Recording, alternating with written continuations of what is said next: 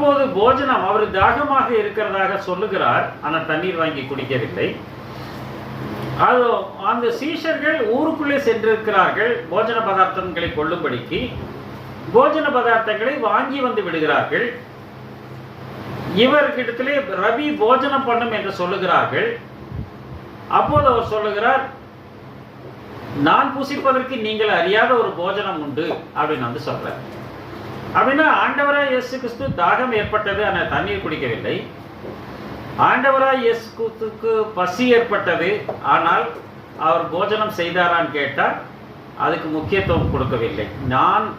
நீங்கள் அறியாத ஒரு போஜனம் இருக்கிறது அப்படின்னு தான் அந்த இடத்துல சொல்றாரு. அப்போ வந்து அவங்க நினச்சிக்கிறாங்க யாராவது உங்களுக்கு கொடுத்துருப்பாங்க, நம்ம வந்தாங்களே அவங்க இந்த சாப்பாடு கொடுத்துருப்பாங்கன்னு அவங்க நினச்சிக்கிறாங்க.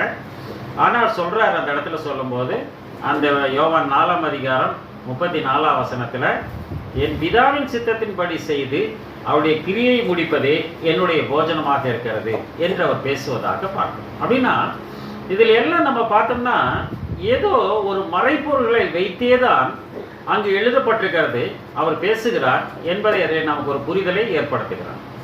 இந்த 40